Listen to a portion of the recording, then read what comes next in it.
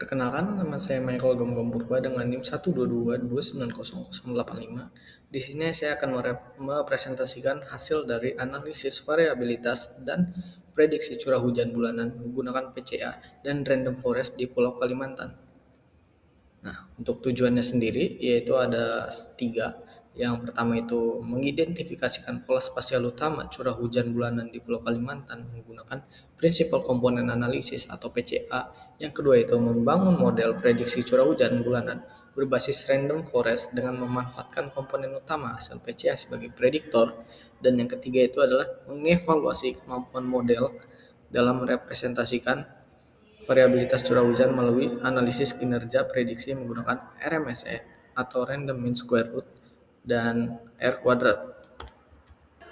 Nah, untuk data yang saya gunakan sendiri itu ada beberapa. Yang pertama itu curah hujan. Curah hujannya ini diambil dari data CIRPS yang diambil secara bulanan dengan eh, dari tahun 1981 sampai 2020 dengan resolusi 0,05 derajat. Nah, untuk wilayah studi yang saya gunakan sendiri itu berada di longitud 108 derajat bujur timur sampai 119 derajat bujur timur dengan latitudenya itu 7 derajat lintang utara sampai 4 derajat lintang selatan, yang mana itu adalah Pulau Kalimantan. Dan untuk indeks iklim yang saya pilih itu ada dua, yaitu Nino 3.4 dan DMI. Nah, selanjutnya data matahari yang saya gunakan itu ada dua juga, yaitu sunspot number dan juga DST index dengan diambil dari tahun 1996 sampai 2019 dengan resolusinya itu per jam. Nah, untuk metodologi yang saya gunakan sendiri itu dimulai dari pre-processing data hujan, yang mana datanya itu akan di crop sesuai dengan wilayah saya, yang mana itu Pulau Kalimantan, lalu di masking lautnya agar dihilangkan nilai yang none dan distandarisasi. Selanjutnya itu ada uh, analisis dari PC-nya sendiri yang mana menggunakan PC1 sampai PC5. Lalu dilanjut dengan korelasi PC1 dengan Nino 3.4 dan DMI, terus clustering sunspot dan DST menggunakan Cummins dan hierarchical. Dan selanjutnya menggunakan random forest untuk prediksi hujan, dan yang terakhir itu evaluasi model si machine learningnya menggunakan RMSE dan R kuadrat. Nah, berikut adalah hasil dari principal component analysis PCA yang pertama, yaitu ini ada peta spasial dari wilayah saya dan tahapan. Nah, untuk tahapan pertama itu dimulai dengan persiapan data, di mana menggunakan data CIRPS dengan rentang waktu dari Januari 1981 sampai Desember 2020 dengan total waktunya itu ada 480 bulan. Nah, wilayahnya tadi seperti yang saya sebutkan di awal, memiliki longitud 108 derajat bujur timur sampai 119 derajat bujur timur, dan latitudenya sendiri memiliki 7 derajat lintang utara sampai 4 derajat lintang selatan. Nah, wilayah tersebut itu mencakup keseluruhan Pulau Kalimantan. Nah, pembagian pulau ini saya dapat dari pembagian NIM, yang mana NIM akhiran 5 mendapatkan Pulau Kalimantan. Nah, selanjutnya itu adalah script plot, yang mana ini menjelaskan total variansi per komponen, yang mana script plotnya ini didapat kalau PC1 sampai PC3-nya itu sangat dominan, yang mana PC1 sampai PC3 itu nanti akan dipilih untuk dianalisis lebih lanjut karena masih mengandung informasi utama sistem. Tetapi untuk mode utama yang digunakan dalam PC untuk yang digunakan itu PC1 karena sudah menjelaskan sekitar 47,2% variansi data. Selanjutnya itu adalah script test PCA, yang mana jumlah PC yang terpilih itu ada 10. Nah, alasan kenapa dipilih itu PC dipilih hingga titik siku atau elbow point pada script plot, yaitu saat penurunan eigenvalue mulai melandai dan eigenvalue-nya itu lebih dari 1, yang mana hal ini menandakan kalau titik-titik tersebut sudah tidak merepresentasikan data, melainkan hanya merepresentasikan noise. Nah, selanjutnya ada peta spasial dari PC1 atau EOF1 ini. EOF1 atau PC1 itu menunjukkan loading dominan positif di hampir seluruh Pulau Kalimantan dengan intensitas lebih kuat di wilayah barat dan bagian tengah. Pola ini merepresentasikan variabilitas curah hujan yang koheren secara regional, di mana sebagian besar wilayah mengalami perubahan hujan secara bersamaan. Dan Wilayah dengan loading tinggi juga merupakan area yang paling sensitif terhadap fluktuasi curah hujan yang diwakili oleh PC1.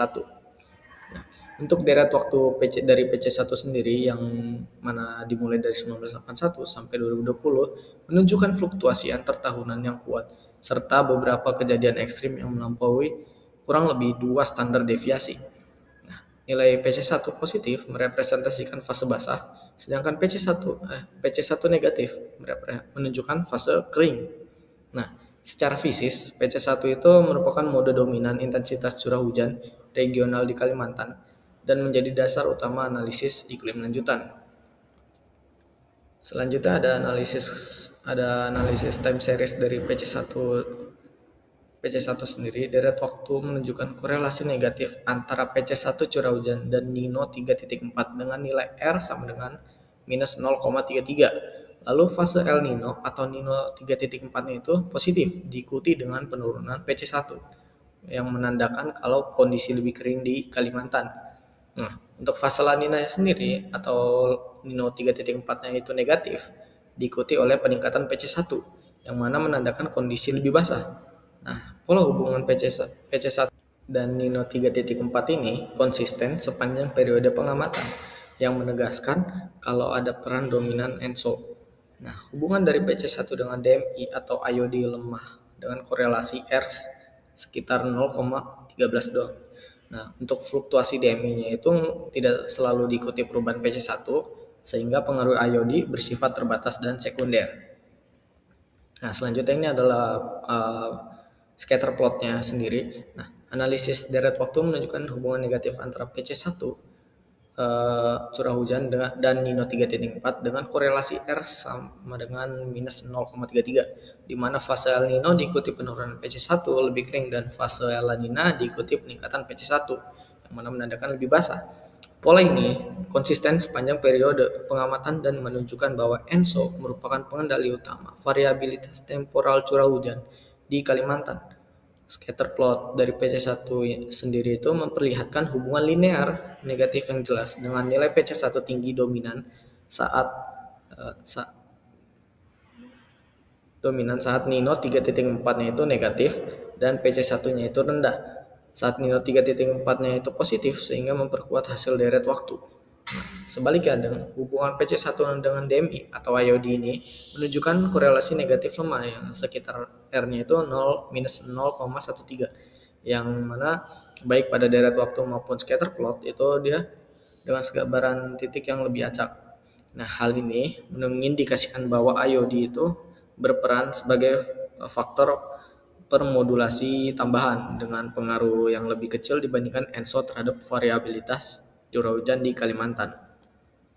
Nah, kita lanjut ke clustering yang menggunakan data matahari. Clustering ini persiapan datanya itu dimulai dari mendownload data dari OmniWeb. Datanya itu berupa indeks DST selama siklus 23 dan 24 dan data bintik matahari atau sunspot dari Januari 1996 sampai Desember 2019 dengan resolusi per jam. Nah, data juga dibersihkan dulu dari file NaN yang mana didapatkan tabel ini yang berisikan mean, standar deviasi, nilai minimal, dan nilai maksimalnya. Nah, untuk hasil keduanya sendiri itu adalah plot dari time seriesnya si aktivitas sunspot dan indeks geomagnetik DST.